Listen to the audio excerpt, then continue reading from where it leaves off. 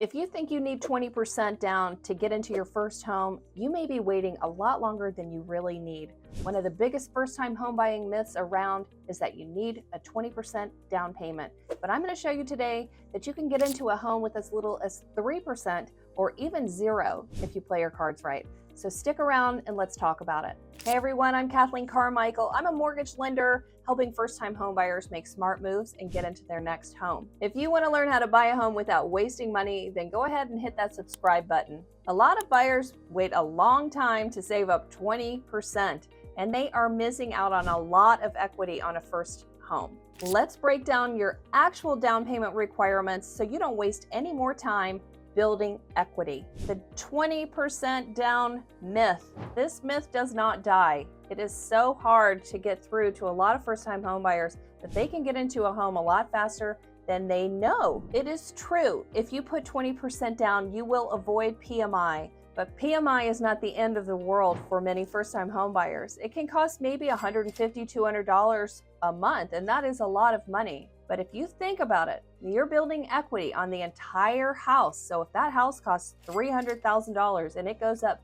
10% in value, you have made $30,000 and you're worried about $200 a month. That is something you kind of have to wrap your brain around. Now, I never advocate for you going out of your comfort zone on your monthly payment. So you have to look at the facts, look how much the monthly payment's going to be, and adjust your purchase price accordingly.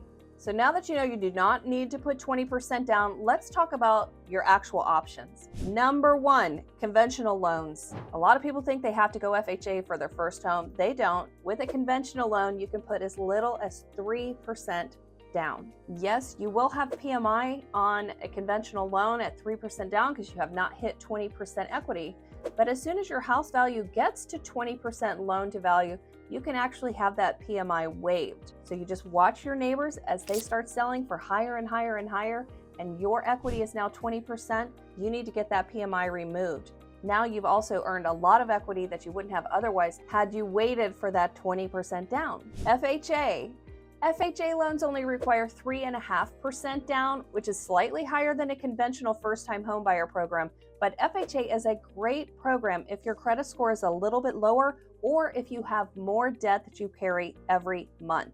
Big drawback on FHA loans is that there is PMI for the life of the loan. So the only way you're getting out of it is to sell the house or refinance. I've done plenty of videos on FHA, so you're going to want to watch that. The VA loan. This is by far a no-brainer if you qualify for a VA loan. If you have the VA loan benefit, you're going to want to see and get a comparison on the requirements because there is a 0 down payment requirement for VA, and even on a $300,000 house, if you're going conventional, that is still $9,000. VA does not require that.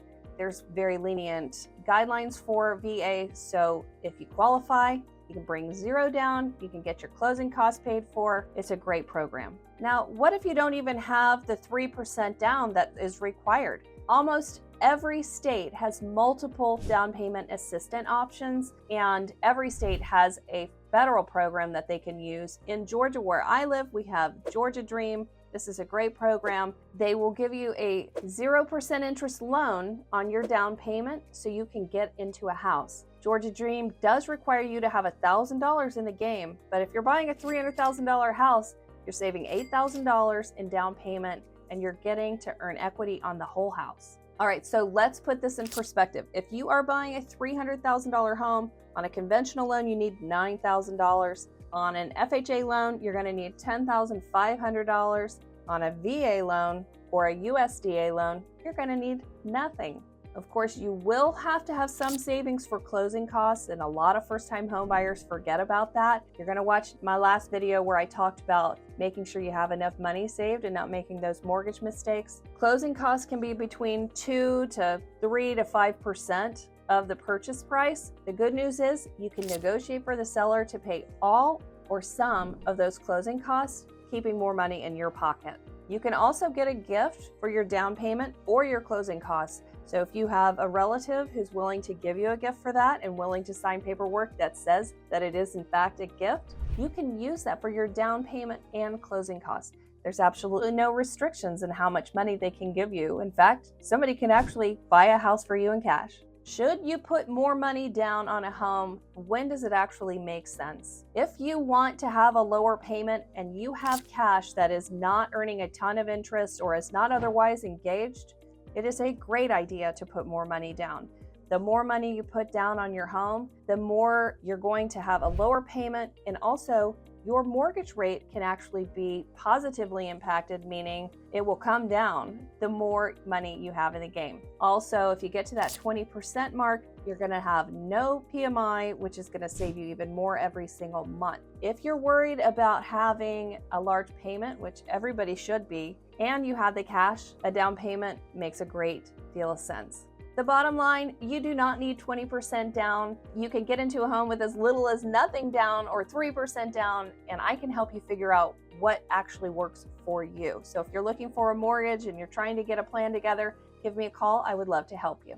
And to make things even easier, I've put together a free down payment savings guide. You can download that below. It covers the exact steps to save for a home, find down payment assistance, and avoid common mistakes. Grab your copy in the description below. If this was helpful for you, hit that like button and subscribe to this channel. I'd love to hear from you. What are some common questions that you have as you're looking for your first home? I'd love to hear it. Want to know what you qualify for? Let's chat. See you on the next video.